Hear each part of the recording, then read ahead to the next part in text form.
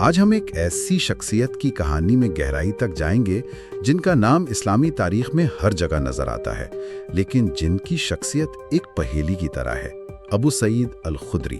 جی ہمارے پاس جو مواد ہے وہ بہت متنوع ہے۔ سنی، شیعہ، قرآن پرست اور جدید مورخین سب کے نقطہ نظر اس میں شامل ہیں۔ بالکل۔ تو آج ہم سمجھنے کی کوشش کریں گے کہ وہ کون تھے اور کیوں ایک ہی شخص اسلامی فکر کے اتنے مختلف دھاروں کے لیے اتنی الگ الگ حیثیت رکھتا ہے۔ چلیں اس معاملے کی تہہ میں اترتے ہیں۔ بالکل۔ اور ابو سعید الخدری کی کہانی اس لیے بھی اہم ہے کہ یہ صرف ایک فرد کی کہانی نہیں ہے، یہ اس بات کی کہانی ہے کہ علم کیسے منتقل ہوتا ہے، اختیار کیسے قائم ہوتا ہے اور وقت کے ساتھ ساتھ مطلب ایک ہی متن کے معنی کیسے بدلتے ہیں۔ صحیح۔ ان کی شخصیت ایک آئینے کی طرح ہے جس میں اسلامی روایت اپنے آپ کو مختلف زاویوں سے دیکھتی ہے۔ تو آئیے بالکل شروع سے شروع کرتے ہیں۔ ابو سعید الخدری اصل میں کون تھے؟ ان کی زندگی کے ابتدائی حالات کیا تھے؟ ان کا پورا نام تھا سعد بن مالک بن سنان الخزرجی۔ وہ مدینہ کے مقامی قبیلے خزرج سے تھیں، یعنی وہ انصار میں سے تھے۔ اچھا۔ ان کے والد مالک بن سنان ایک ابتدائی مسلمان تھے اور غزوہ احد میں شہید ہوئے۔ اس وقت ابو سعید کی عمر بہت کم تھی، تقریباً 13 سے 15 سال کے درمیان۔ 13 سے 15 سال؟ جی، اتنے کم عمر تھے کہ انہیں احد کی جنگ میں حصہ لینے کی اجازت بھی نہیں ملی۔ ایک منٹ رکیے، یہیں پر تو پہلی کا پہلا اور سب سے بڑا ٹکڑا سامنے آتا ہے۔ ایک نوجوان جو پیغمبر اسلام کے دور کے آخری چند سالوں میں لڑکپن کی عمر میں تھا، جی، وہ اسلامی تاریخ میں حدیث بیان کرنے والے 7ویں سب سے بڑے راویوں میں شمار ہوتا ہے۔ ان سے تقریباً 1170 روایات منسوب ہیں۔ یہ نمبر سن کر پہلا سوال یہی ذہن میں آتا ہے کہ یہ کیسے ممکن ہے؟ یہی وہ سوال ہے جو صدیوں سے پوچھا جا رہا ہے اور اس کا جواب آپ کے علمی نقطہ نظر پر منحصر ہے۔ سنی علماء کے نزدیک اس کی ایک بہت واضح وضاحت ہے۔ وہ کیا ہے؟ وہ کہتے ہیں کہ ابو سعید نے لمبی عمر پائی، وہ 74 ہجری تک زندہ رہے۔ پیغمبر اسلام کے بعد وہ تقریباً 60 سال تک مدینہ میں ایک استاد کی حیثیت سے موجود رہے۔ تو ان کا کہنا ہے کہ یہ ساری روایات براہ راست پیغمبر سے نہیں سنی، بلکہ ان کا ایک طویل تدریسی کیریئر تھا۔ بالکل۔ اس نظریے کے مطابق یہ جو 1170 کا عدد ہے، یہ 3 چیزوں کا مجموعہ ہے۔ اول، وہ واقعات جو انہوں نے خود دیکھے یا سنے۔ ٹھیک ہے۔ دوم، وہ روایات جو انہوں نے دوسرے بزرگ صحابہ جیسے ابو بکر، عمر اور علی سے سن کر آگے بیان کی۔ اور سوم، جو سب سے اہم نقطہ ہے، وہ ہے اسناد یا روایت کی زنجیروں کا فرق۔ اچھا۔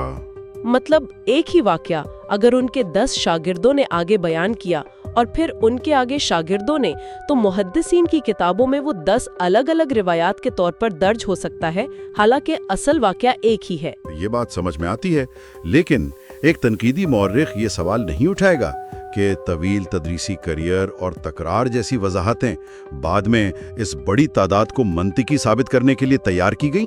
اور وہ بالکل یہی سوال اٹھاتے ہیں۔ تنقیدی مورخین اور خاص طور پر قرآن پرست مکتبہ فکر کے لوگ اس معاملے کو بالکل مختلف زاویے سے دیکھتے ہیں۔ ان کے نزدیک یہ اعداد و شمار میں ایک انفلیشن یعنی غیر معمولی اضافے کی علامت ہے۔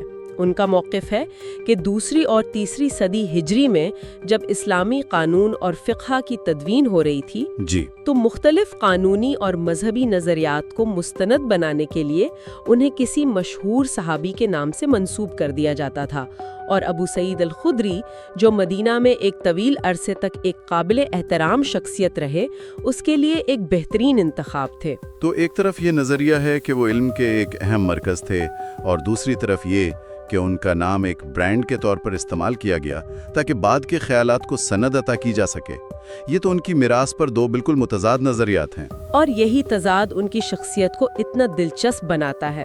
ان کی ساکھ صرف مورخین کے لیے ہی نہیں بلکہ مختلف اسلامی مکاتب فکر کے لیے بھی الگ الگ معنی رکھتی ہے۔ آئیے اس پر بات کرتے ہیں۔ سنی اور شیعہ مکاتب فکر انہیں کس نظر سے دیکھتے ہیں؟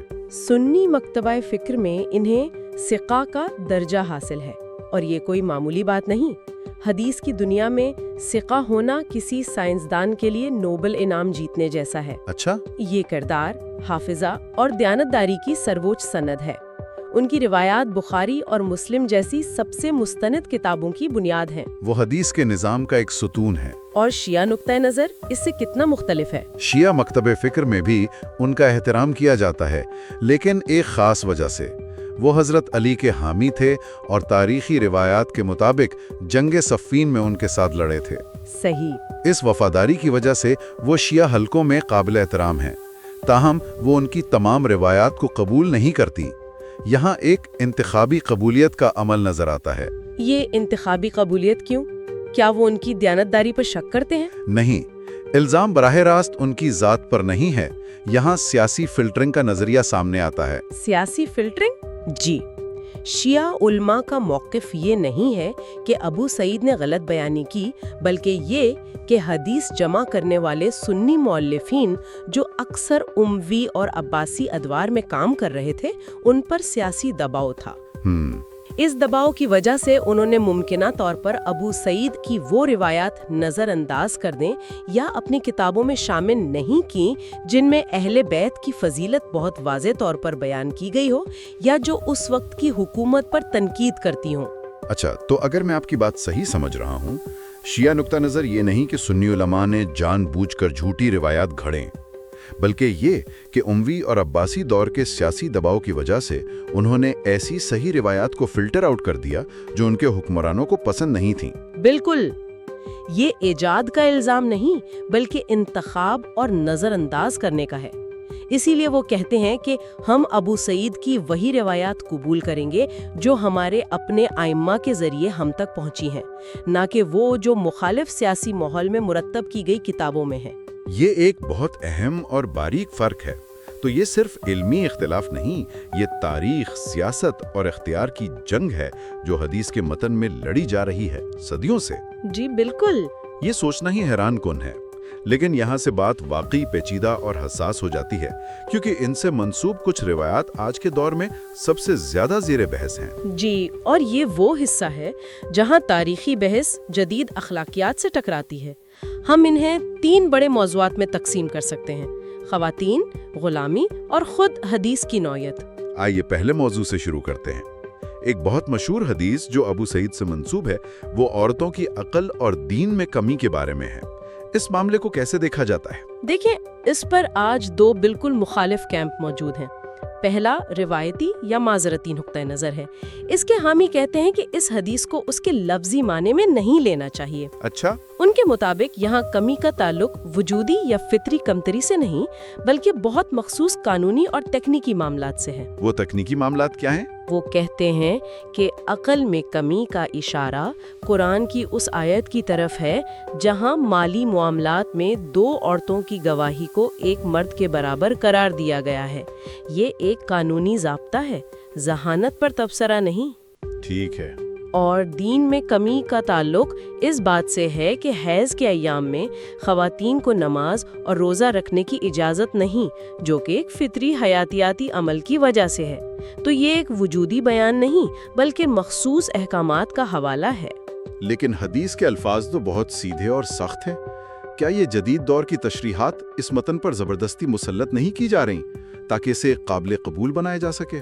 اور یہی تنقیدی، نسائی اور سابق مسلمان نقطہ نظر کا بنیادی نقطہ ہے۔ ان کے نزدیک حدیث کے ظاہری الفاظ تضحیک آمیز ہیں اور تاریخی طور پر انہیں پدرشاہی نظام کو مذہبی جواز فراہم کرنے کے لیے بے دریغ استعمال کیا گیا ہے۔ وہ جدید تشریحات کو خصوصی وکالت یعنی اسپیشل پلیڈنگ قرار دیتی ہیں، یعنی ایک ایسی کوشش جو پہلے سے طے شدہ نتیجے کو ثابت کرنے کے لیے متن کے ظاہری معنی کو توڑ مڑوڑ رہی ہے۔ تو ایک طرف متن کو اس کی سیاق و سباق میں محدود کرنے کی کوشش ہے اور دوسری طرف متن کے ظاہری اثرات کو بنیاد بنا کر اسے مسترد کرنے کا مطالبہ۔ خیر، یہ تو ایک ایسی بحث ہے جو شاید کبھی ختم نہ ہو۔ بالکل، اور یہ متن اور جدید اخلاقیات کا ٹکراؤ صرف اسی ایک روایت تک محدود نہیں۔ جنگی قیدیوں کے معاملے میں بھی ہمیں یہی کشمکش نظر آتی ہے۔ آپ کی مراد جنگی قیدی عورتوں کے ساتھ جنسی تعلقات والی روایت سے ہے؟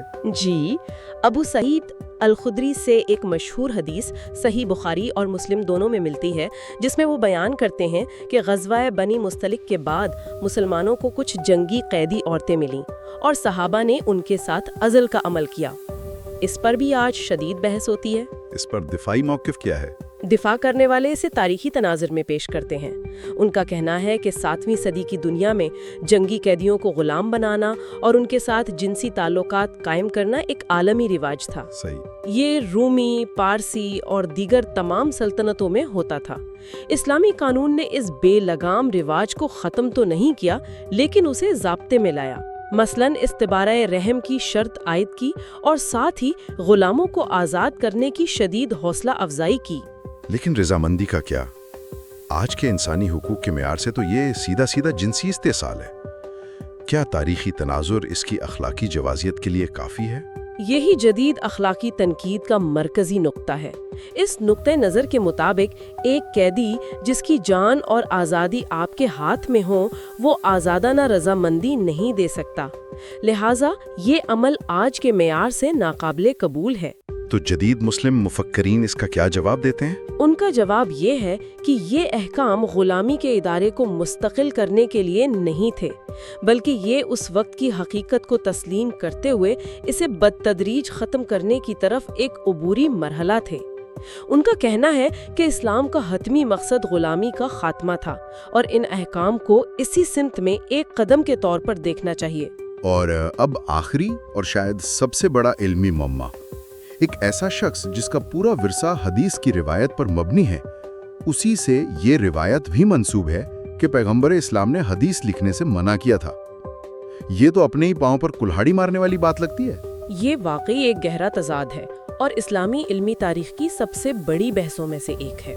ابو سعید الخدری سے روایت ہے کہ انہوں نے کہا، قرآن کے علاوہ مجھ سے کچھ نہ لکھو، اور جس نے قرآن کے علاوہ کچھ لکھا ہو وہ اسے مٹا دے۔ تو سنی علماء اس واضح ممانعت کا کیا جواب دیتے ہیں، جبکہ ان کی پوری روایت تحریری حدیث پر کھڑی ہے؟ ان کا جواب یہ ہے کہ یہ ایک عارضی پابندی تھی۔ اس کا مقصد یہ تھا کہ اسلام کے ابتدائی دور میں جب قرآن نازل ہو رہا تھا تو کہیں ایسا نہ ہو کہ لوگ پیغمبر کے اقوال اور قرآنی آیات کو آپس میں ملا دیں۔ اچھا۔ جب قرآن مکمل طور پر لکھا گیا اور صحابہ کے ذہنوں میں راسخ ہو گیا تو یہ خطرہ ٹل گیا اور لکھنے کی اجازت دے دی گئی۔ وہ اس کی دلیل میں دوسرے صحابہ کی روایات پیش کرتے ہیں جنہیں لکھنے کی اجازت ملی تھی، تو ان کے نزدیک یہ حکم منسوخ ہو چکا ہے۔ لیکن قرآن پرستوں کے لیے تو یہ ایک سموکنگ گن ہے۔ بالکل، ان کے لیے یہ فیصلہ کن ثبوت ہے۔ وہ کہتے ہیں کہ یہ کوئی عارضی پابندی نہیں تھی بلکہ ایک مستقل حکم تھا۔ ان کا موقف ہے کہ یہ روایت ثابت کرتی ہے کہ تحریری حدیث کا پورا ذخیرہ جو صدیوں بعد مرتب کیا گیا، پیغمبر کے واضح حکم کے خلاف ایک غیر مجاز بدعت ہے۔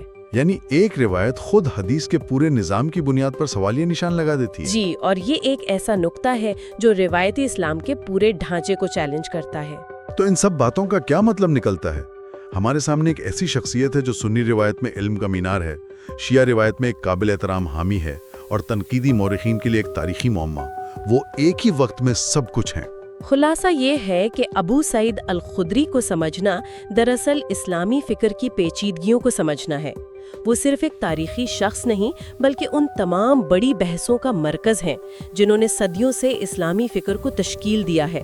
یادداشت اور متن کا تعلق، اختیار اور سیاست کا کھیل، اور وحی اور انسانی اخلاقیات کے درمیان کشمکش۔ ان کی میراث اس بات کی یاد دہانی ہے کہ تاریخ کبھی بھی سادہ نہیں ہوتی۔ ایک طرف وہ ایک قابل اعتماد راوی ہیں جن کی بدولت دین کے بہت سے احکامات ہم تک پہنچے، اور دوسری طرف ان سے منسوب روایات جدید اخلاقیات اور مختلف مکاتب فکر کے لیے چیلنج بن جاتی ہیں۔ اور یہی بات انہیں اسلامی علمی تاریخ کا ایک لازمی اور زندہ کردار بناتی ہے۔ ان کے ذریعے ہم یہ سمجھ سکتے ہیں کہ متن، تاریخ اور تشریح کا آپس میں کتنا گہرا اور پیچیدہ تعلق ہے۔ اس گفتگو کو ختم کرنے سے پہلے سننے والوں کے لیے ایک آخری سوچ چھوڑتے ہیں۔ جب ایک معتبر ذریعے سے منسوب کوئی تاریخی متن عصری اخلاقی فہم سے ٹکرائے تو فکری طور پر سب سے دیانتدارانہ راستہ کیا ہے؟ کیا متن کی نئی تشریح کی جائے؟ کیا اسے صرف اس کے تاریخی سیاق و سباق میں سمجھ کر وہیں چھوڑ دیا جائے، یا اسے مکمل طور پر مسترد کر دیا جائے؟ اور سب سے بڑا سوال، یہ فیصلہ کرنے کا اختیار کسے حاصل ہے؟